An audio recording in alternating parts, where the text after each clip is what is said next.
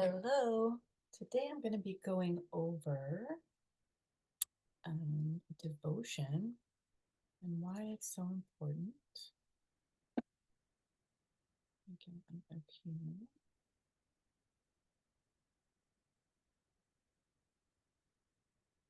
to a different view.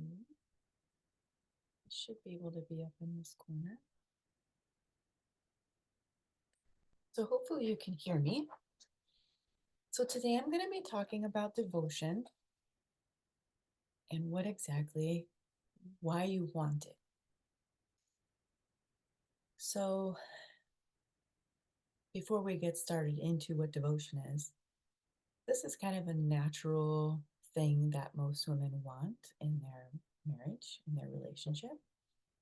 You want a man who anticipates your needs and makes you feel special, to feel heard, to feel understood, that you trust, and you don't have to beg for love. Nobody likes to beg for that. And it's because you crave devotion, not obligation from him or compliance from him. Because devotion is what makes you feel safe, secure, and relaxed. So, this is what obligation is. Obligations, they maintain social order, trust, and cooperation by ensuring that individuals act in ways that are predictable, okay? So that they're reliable and in accordance with agreed upon standards. So, from childhood, women are obligated to act in certain ways to keep them safe, okay, from harm, but also to keep them in order together. And we comply in order to ensure that our support is reliable. So, what does that look like? When you're young, you are obligated to act in a certain way so that you feel safe. Your parents teach you how to behave in order to be safe. They also ask you to comply and obligate you to behave in certain ways because they just need you to for their own personal needs. Okay.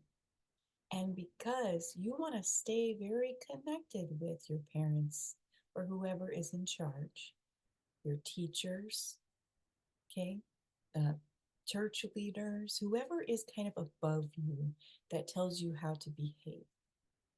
You want to stay in relationship with them. You don't naturally want to disappoint them, to pull yourself away. You feel a natural inclination towards wanting to be connected to them because of the relationship.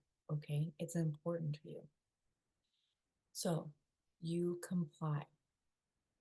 And sometimes that means just not sharing your own feelings in the moment, not pushing back, not arguing. And sometimes some of you have never argued. You always comply and you never share how you really feel when someone tells you how to behave. You don't question it, you just comply. So as we grow up understanding, women grow up understanding more so than little boys that they need to rely on people that are close to them. Okay. We feel the need for the people that are closest to us, that take care of us, our caretakers. Okay. That we need them to survive. As we age, we try to communicate our learned standards. So, what we have learned so far for cooperation in a group, okay, to those that are closest to us in our circle in order to build that trust and to ensure more cooperation. So we have complied to standards and we try to communicate those standards to those that we love, that we want to be connected to, that we want to have trust with, that we want to feel safe with. Okay. So women in obligation, women feel the pressure of obligation in their relationships because we feel threatened by the world around us more than men do. Even the smallest man, even if a woman is bigger than a man, he may outstrengthen her. Okay, sometimes, not all of the time. But women feel their own sense of frailty and vulnerability in the world. So we need our support systems more. We feel the threats of life more regularly than men do. The possibility of harm is much more often and it's much more likely in the world. So we depend on others to live and to thrive. And so we crave predictability, order, and strength in those that we love so that we can relax and just trust.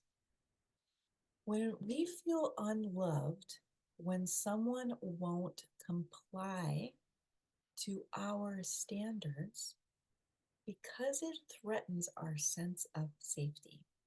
So, the standards we grew up with, that we learned, or that we decided and made for ourselves because we learned something in life, like this is a standard I'm going to have so that I don't get hurt.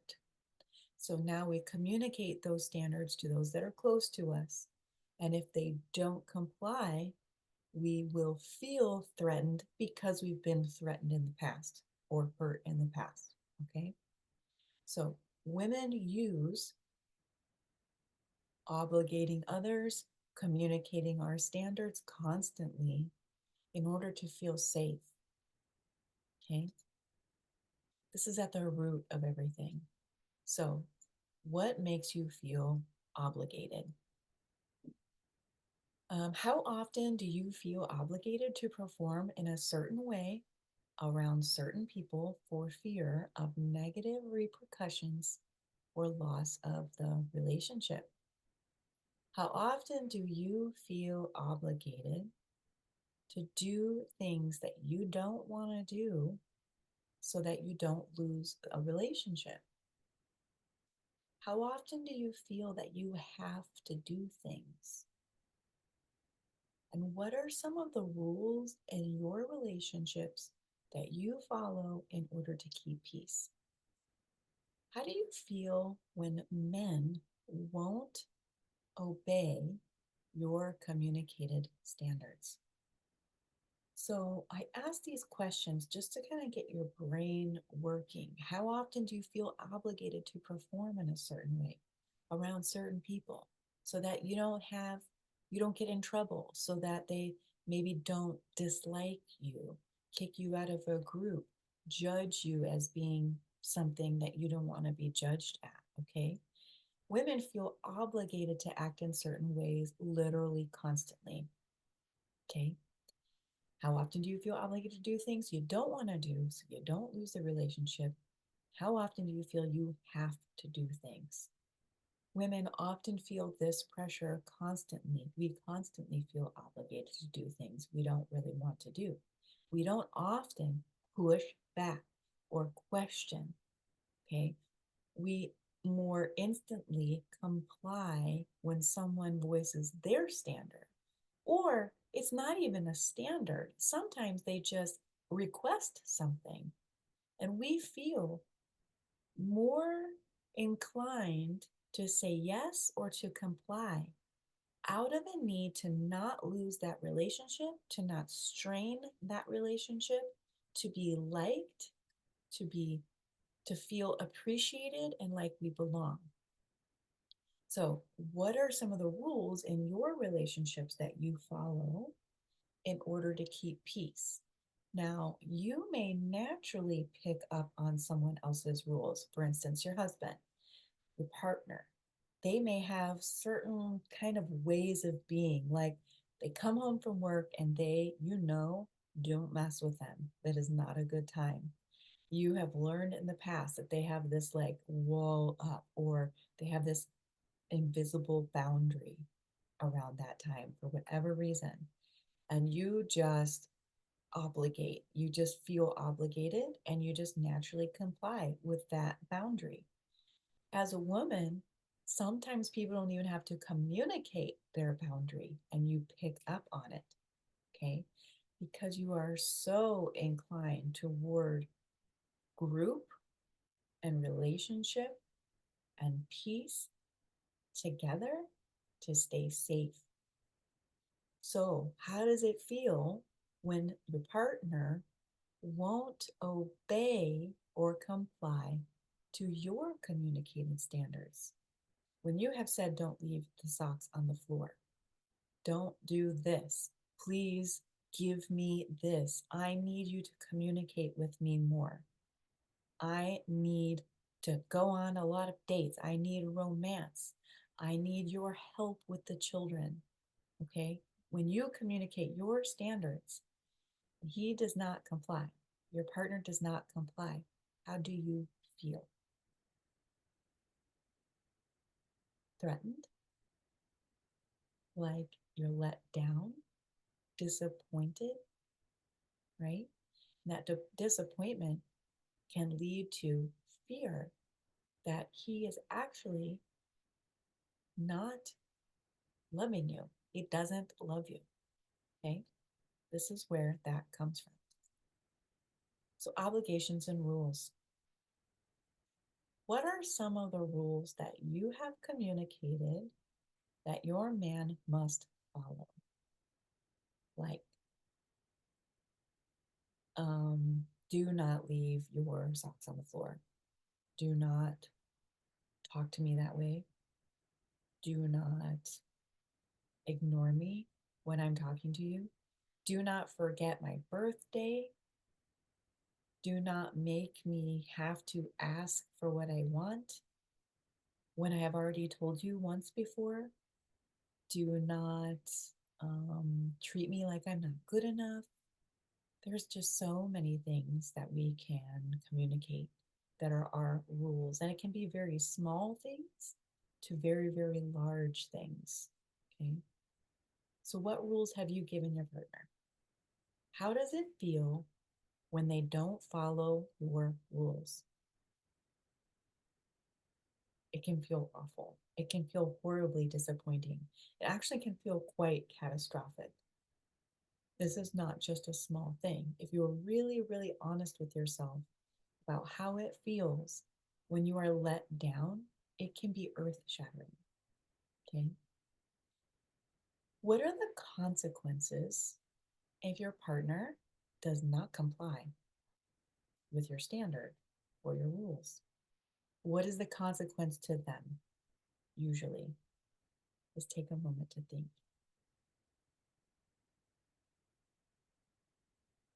Do they just get off scot free? Or do they, you know, have to hear something back from you? Will they hear something from you? Will you bring it up? And how do you bring it up? Does it cause conflict? Or do you just separate yourself and shut down and kind of retaliate by distancing? How does it feel when you tell him the proper ways to do things, act and speak and behave? How do you feel when you tell him he is not supposed to tell fart jokes at a dinner party? When he is not dressing properly? When he is not using the right word? When he has not understood a word? Okay. When he's not behaving the way you have communicated is the way he's supposed to behave in certain situations, how does it feel when you are doing that?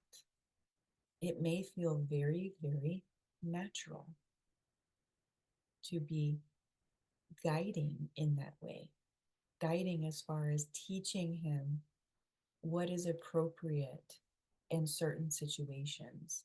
To you, it may just feel completely natural. You might also feel a little irritated that you're even having to explain this. You might feel like irritated, like, why should I even have to say this? You should know this already.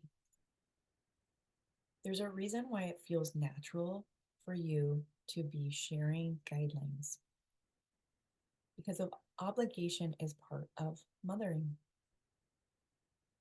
Mothering is what women have been doing for literally the beginning of time. We will continue to do it until the unforeseeable future. It is never ending and it is literally built into our own system.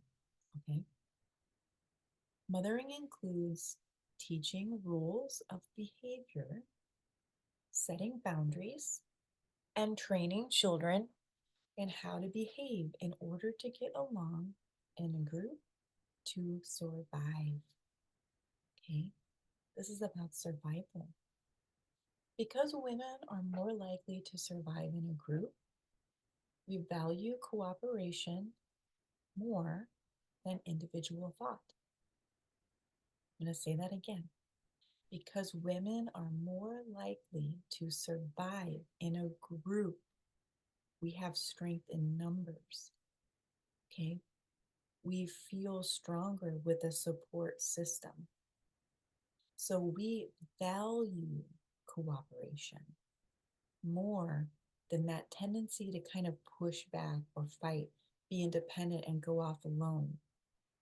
Okay. So now you may feel like a very independent woman, a lone wolf, that you have a lot of strengths, and you may, but that may be because you have spent most of your life feeling let down by so many people that at this point you have decided it's better to go off alone. It's better to just do things yourself. However, is there not a deep desire for a supportive community that would be there for you, that you could depend on, and that you could trust so that you could relax? Wouldn't it feel amazing to be able to trust your partner or someone, whether it's your coworkers, your boss, you know, just people in your life? If you could just find anybody that you could count on that would keep their word, be on time, and follow your standards, how would it feel if you could just relax for once and trust other people? Some of us have been lone wolfing for so long because we've learned other people are not dependable, not as dependable as us. So, rules are valued because it's a social behavioral technique for survival. Okay. In a feminine world, rules are valued, standards are valued because standards help people like be safe. It's just like traffic lights. Traffic lights are there for our general safety as we drive. Okay, so women don't necessarily follow every rule or obligation because as they're driving, they know that they are generally thinking about and caring about the safety of other people naturally. So we may break a few rules here and there. But when it comes to we relationships don't have like these ground rules. They don't have these traffic lights. We have to communicate what our rules are.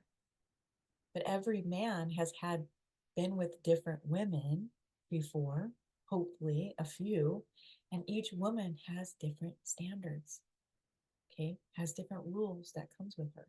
So you try to communicate your rules that makes you feel safe, that makes it feel like you can trust him or rely on him. And what if he breaks them? It feels awful. So obligations are something that actually come from love. Mothers teach social rules out of love and service to make their child strong socially. We teach children that obligation is an important value and compliance builds trust. Mothers also have constant obligations to their children. They're obligated to notice all of the visual and auditory cues in order to protect the child.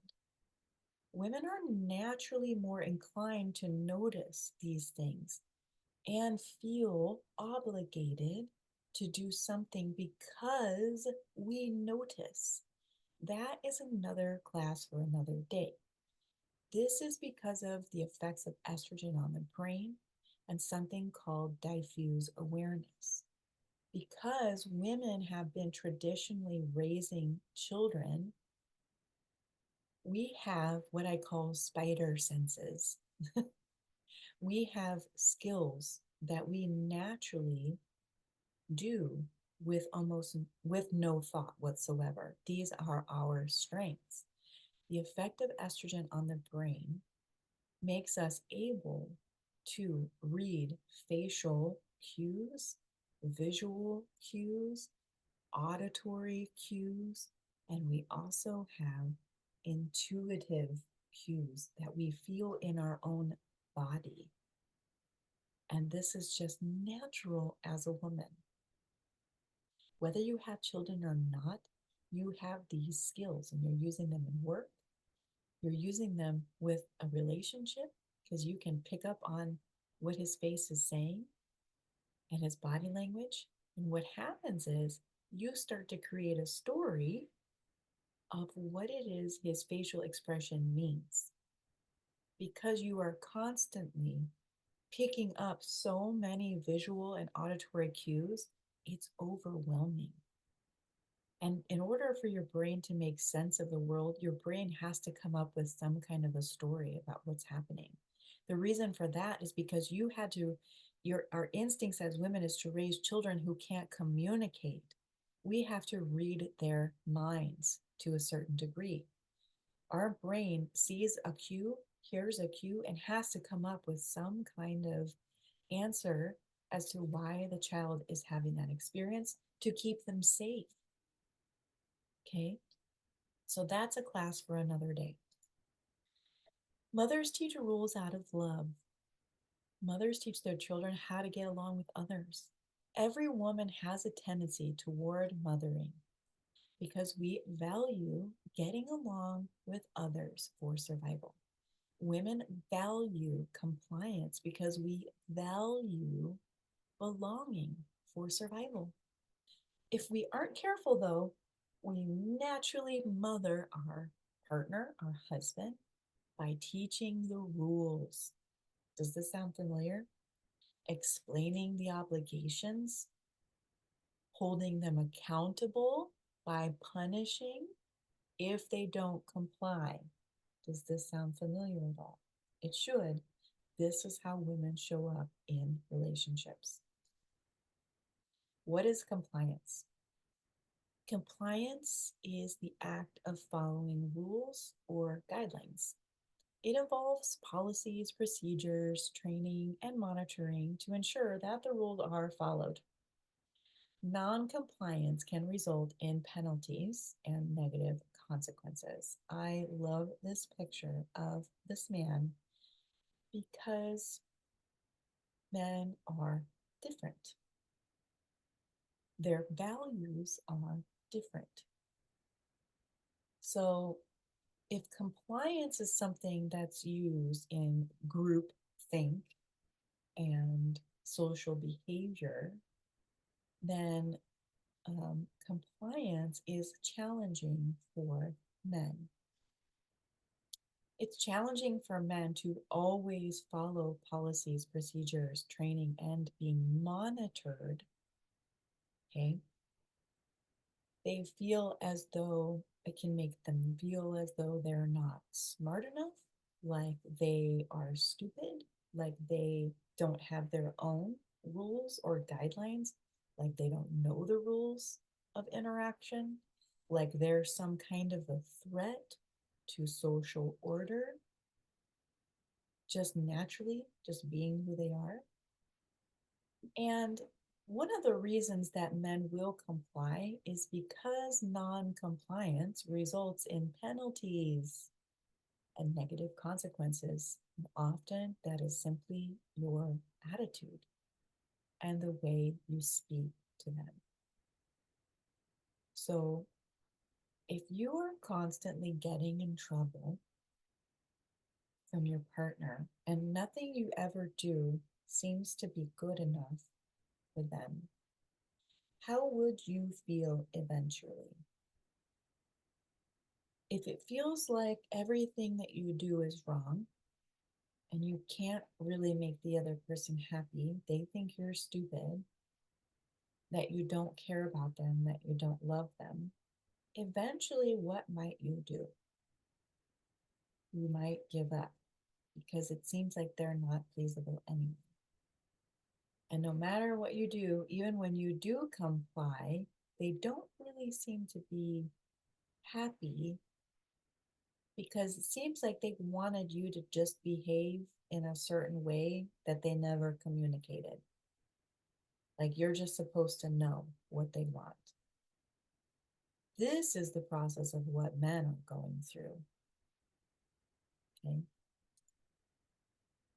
The reason is because compliance only works if your top value is connection. So, does that make sense? Compliance, policies, procedures, being monitored. If you are naturally inclined to comply, then you are going to be okay and understand the value of compliance because you also value it naturally. And you don't want the penalty of not having a connection with that person. You don't want to lose the connection with that person. You don't want to go against their rules because naturally you want to be close to that person. Not only for just to feel loved and close, but it actually threatens your survival at a base animal level. So compliance works for those beings that value connection. Women use compliance to get what they need and want from other women because it works. It works very easily. We speak basically the same language. It works because women need to feel connected to feel safe. Women will comply with rules and guidelines because not being compliant means risking disconnection. Okay, we see this in the home, we see it at church, we see it at work, we see it with children, we see it with strangers. Women have a tendency, school, I think, is probably one of the number one best illustrations of where you can see the difference between little girls and little boys in compliance. It's much easier for girls, mostly, to learn in an environment where they have to comply often. And we're seeing a lot of little boys struggle with their education because they're being forced to comply most of the day without breaks. Okay. It's not really fair. And they're being labeled as bad because of their different value system, which we're not going into today. But it's simply a different value system. They are, even as little boys, naturally inclined to train up for a different purpose. Okay. They're naturally wanting to grow up and be strong and independent and think for themselves in order to go off and have their own man initiation experience, so to speak, their own adventure where they go off alone and they be strong and they learn by having battles and by winning those battles or losing and learning how to win next time and developing muscle. Okay. So there's a tendency to be more independent and have independent thinking and problem solving, because they need to build that kind of problem solving to be independent and go and hunt.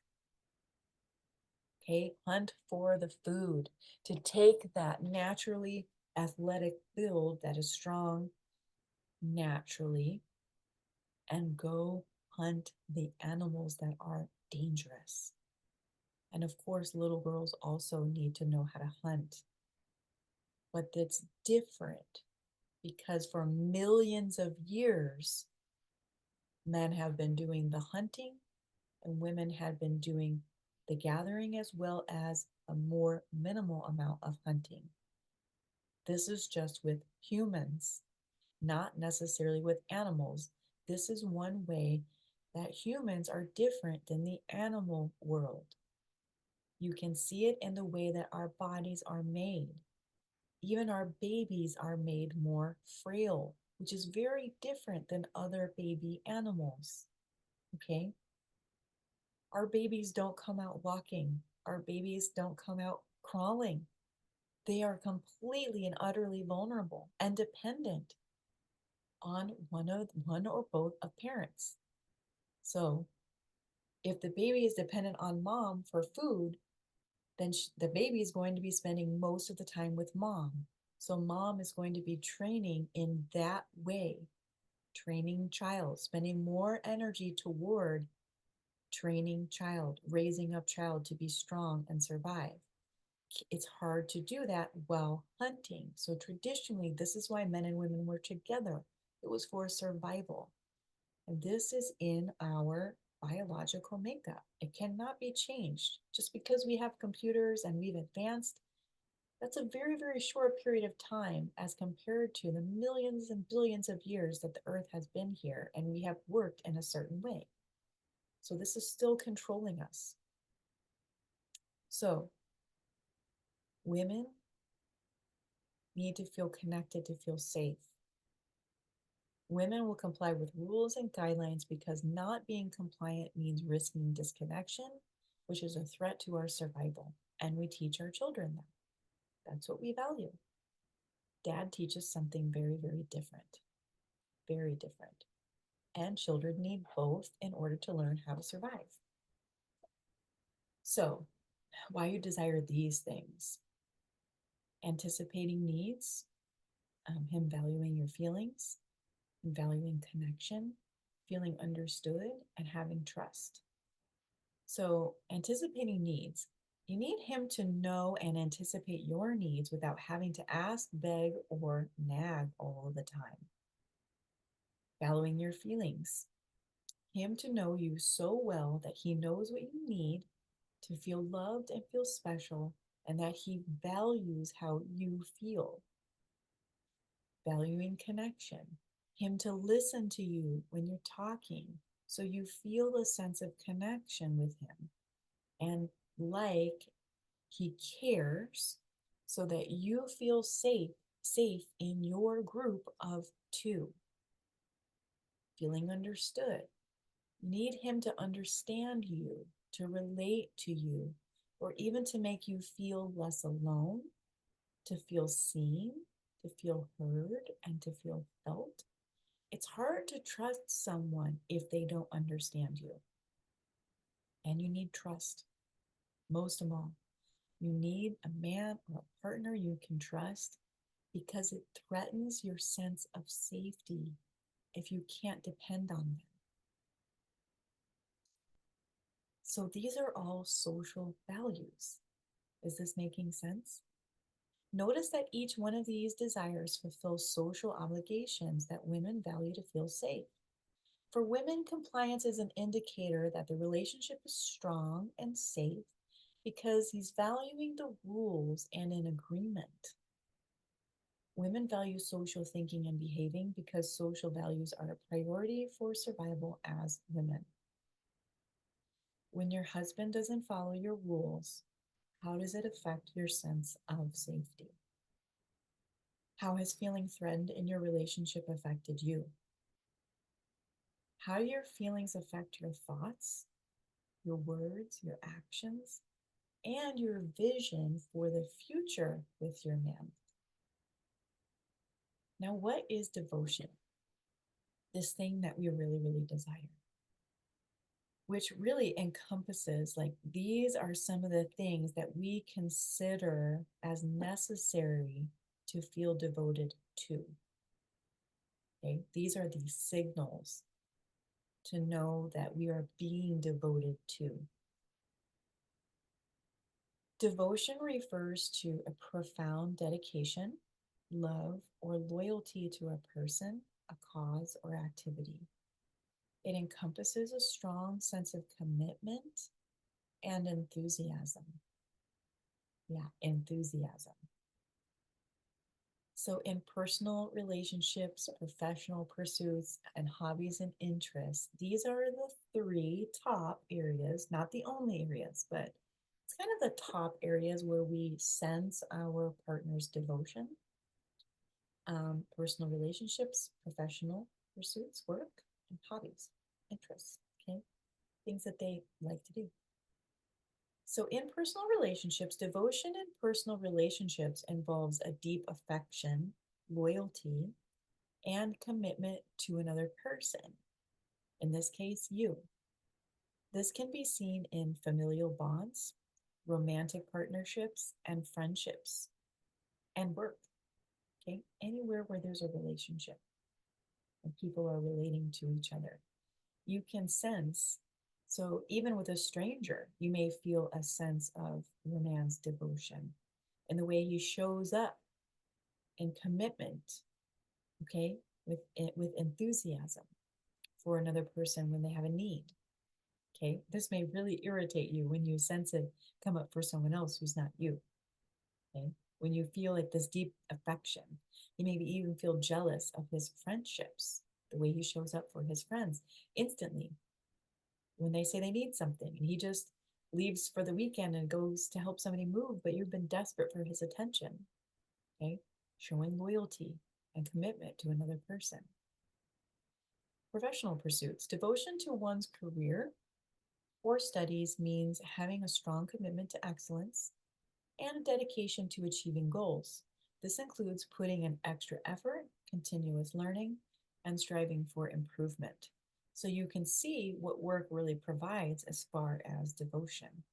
This is a place where a man devotes his time and energy when he has a strong commitment to excellence, being good at something, being the best at something, or even just sticking it out at a job he can't stand, but it provides. So he does his best to stay and to provide for a family. That's a way his commitment can show up. Okay. So the goal is keeping the job, no matter how disrespected he may feel every single day. Even if the job feels beneath him, he's committed. Okay. So he'll put in extra effort. He might continue to learn, strive for improvement. This is when you see men that are really trying to like climb the ladder. Okay. They're super committed. They are busting it out at work. They're trying to make more money. They're naturally inclined to getting better, to bulldozing through, the crap work and moving into being his best. Okay. That's an adventure, showing his strength. Okay. Hobbies and interests is another place. So you can be devoted to hobbies or interests and personal passions. This involves spending a significant amount of time and energy in these activities, often resulting in personal satisfaction and fulfillment. Okay, these are areas where your partner and your man puts his time and energy naturally, a place where he's challenged to be better, to be his best. Okay, even if he's a thinker and his passion has to do with a lot of thinking. The thinker, this is his muscle. So he may have a ton of time put into a passion of some sort because it challenges his muscle, his brain. Okay? Where's your man's devotion focused? If you are not experiencing his devotion or his enthusiasm towards you, where do you see his devotion being focused? Which one of these areas is your man putting his devotion? I can guarantee you, if it's not here and you only sense a little bit of it with you, then you're going to see it more with friends or family, other family members, his mother, brothers, sisters, parents, or you're going to see it in his work, or you're going to see it in his hobbies. A lot of time, you're going to see it here. With certain types of men, you're going to see it more here than anything if it's not with you. If you're not sensing that devotion towards you, you're going to see it here. And the more he's not devoted to you, you're going to see it more in one or two of these areas. There's a reason for that. His devotion has to go somewhere. There's a reason why it's not coming to you. So devotion, dedication, loyalty, commitment, these are all actually natural to the man. Strong and selfless affection. And there's something it's something that you probably experienced from the beginning with him. And at some point, you sensed it start to dissipate.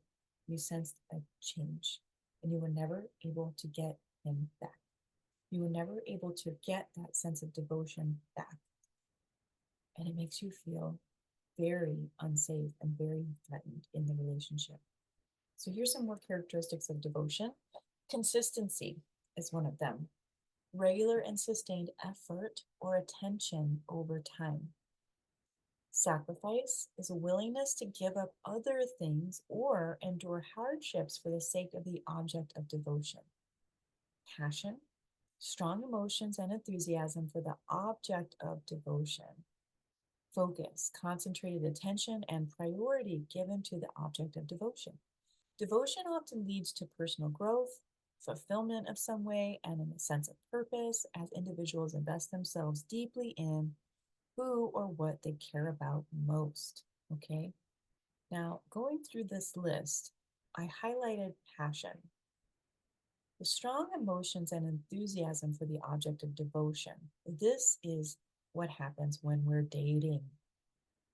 When we're dating, we feel the sense of passion, the strong emotions, and the enthusiasm for us. Okay. Once we hit a certain point in the relationship, we might still sense a certain amount of willingness to endure hardships for the sake of us. Okay. But it may become less and less when there is more commitment, when he already has you, when you are already his. You may also feel the consistency change, regular and sustained effort or attention over time. Okay, there's a reason for that as well. It has to do with where his values lie.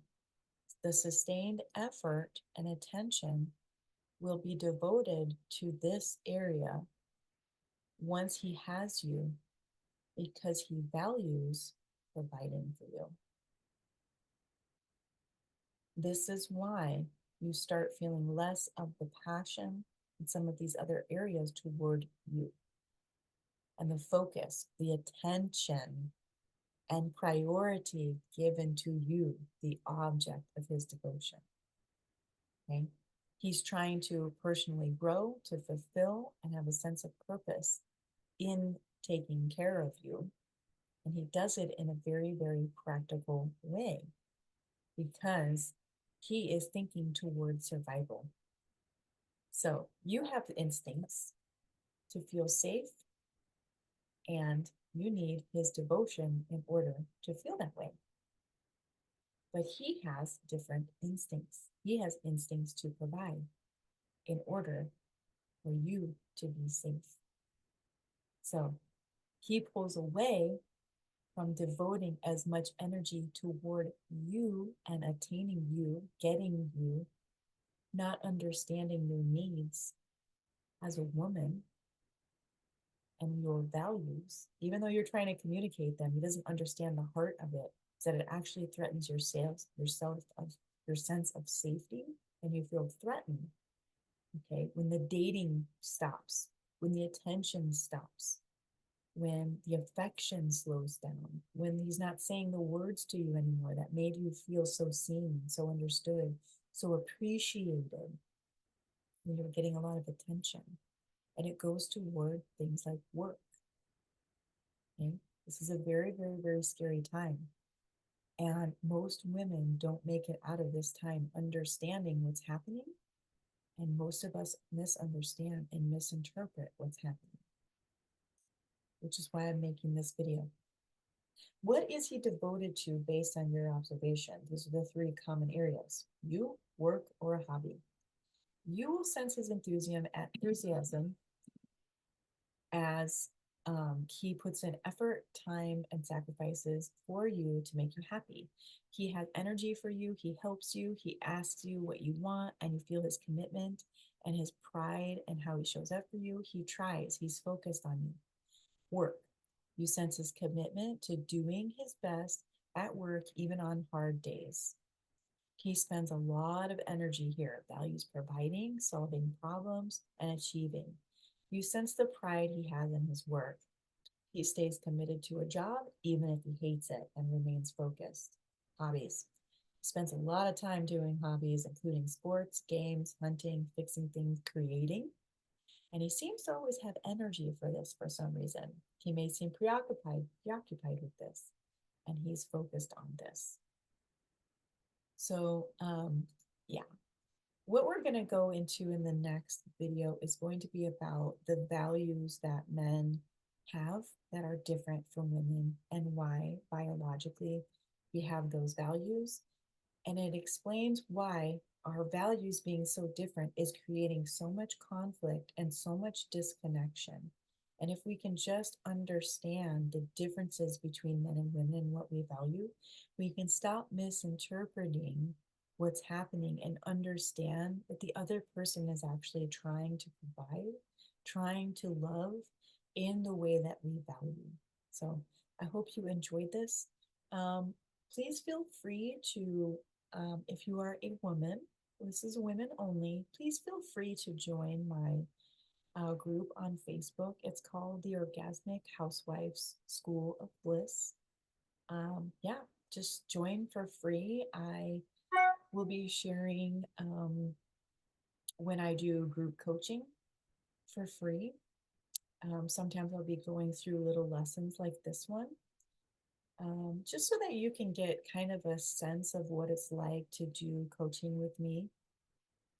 I coach women in just, you know, kind of areas of their marriage where they're feeling dissatisfied, where their needs aren't being met, or even just their desires. So I do coach a lot of women that are in kind of a place where everything seems to be falling apart and it's kind of a desperate situation.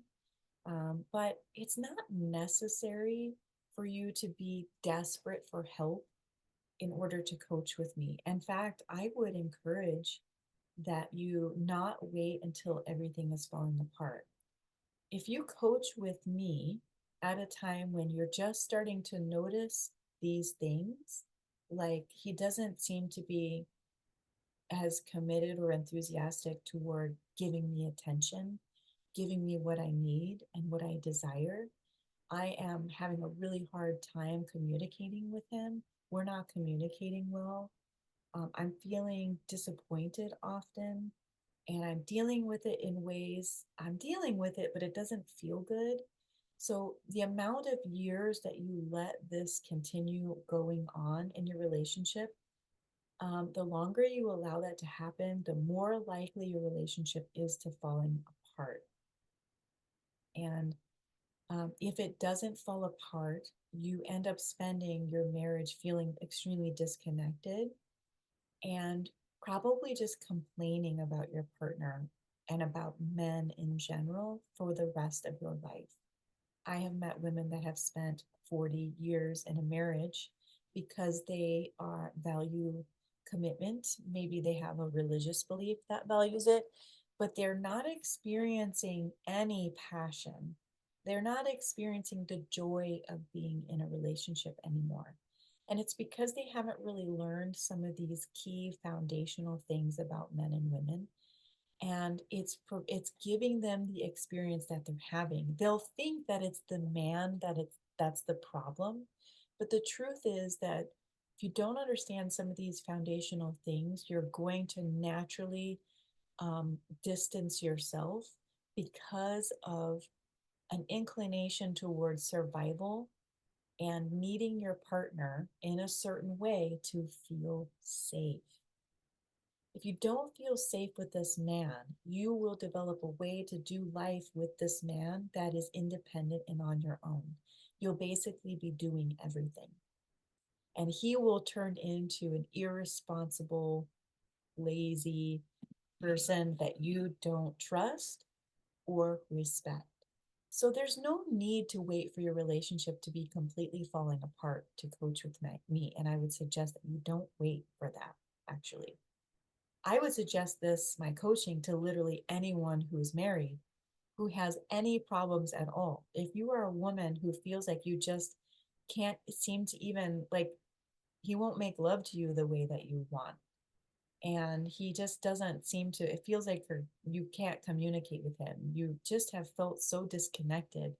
You don't feel appreciated. You don't feel seen. Maybe you wonder if he even thinks that you're attractive anymore.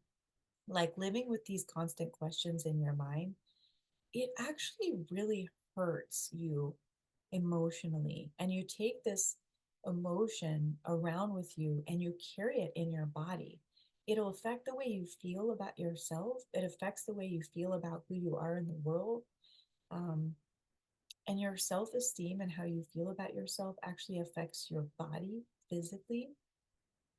When you don't feel good about yourself or feel safe in your relationship, it may cause you to have physical ailments.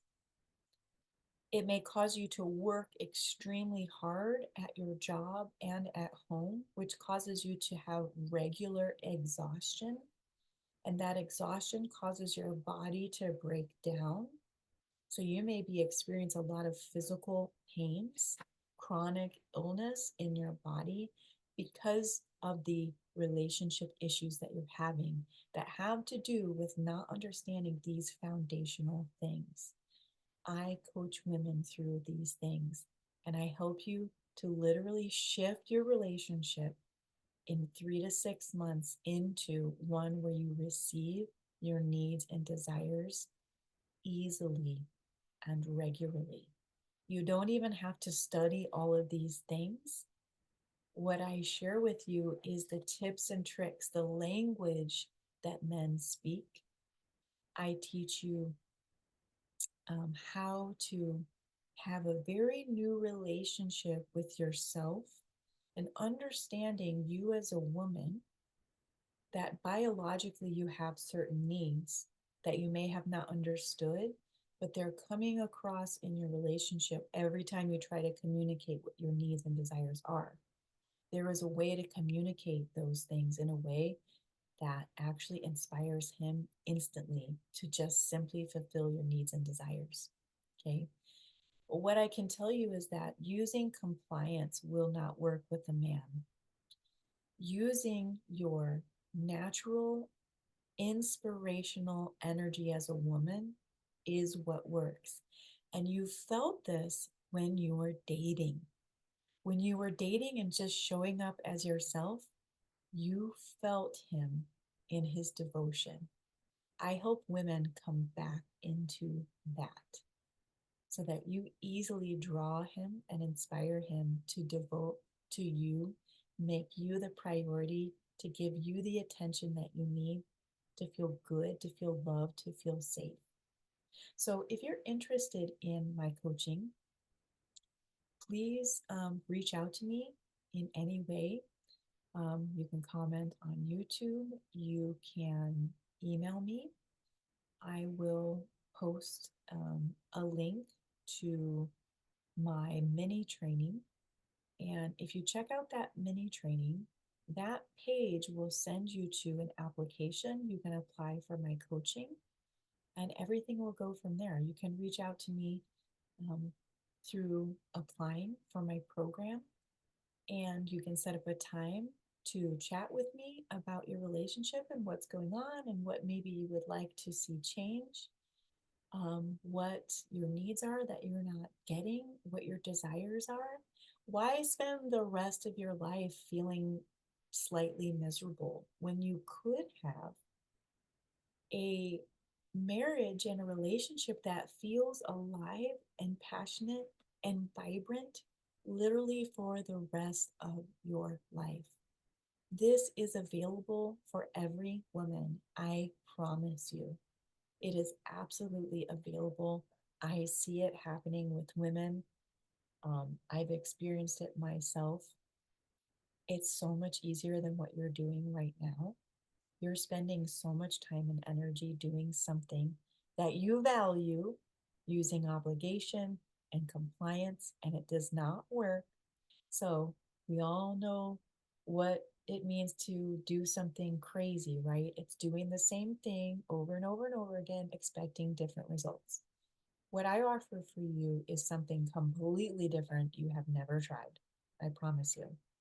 So, if you want to get out of the crazy cycle and have marriage, it's just like everybody else around you and be like all the other women around you who are just complaining about their husbands behind their back because their husbands don't communicate well, they don't treat them well, they're not having good sex, they basically put up with each other, they're not having the romantic dream life that they saw themselves having when they married him. You can have the fantasy, you can have the dream, you can go back no matter how long you've been together and create. I teach you how to create that life with your man. There was no reason for you to have known how to create it. No one taught you, but you can learn at any time. So please feel free, check out my free mini training and apply for my program. No matter what your situation is, reach out to me. You can find me on Instagram. I am the Orgasmic Housewife. You can reach out to me there. You can message me privately. You can check out my videos. I have lots of kind of educational stuff there. You can find me on Facebook at the Orgasmic Housewife School of Bliss. Yeah, you can join that group. You can try out free coaching if you'd like to on Sundays. So, yeah, just reach out to me. I hope you have a wonderful day, and I hope that you stop basically just um, doing the same thing and feeling just disappointed and miserable and sick and tired and wondering if there's just something wrong with your man. I can almost guarantee you there's really nothing wrong with him. It's that you guys both just value very, very different things. It's showing up in your relationship, and there's so much hope for you. Thank you.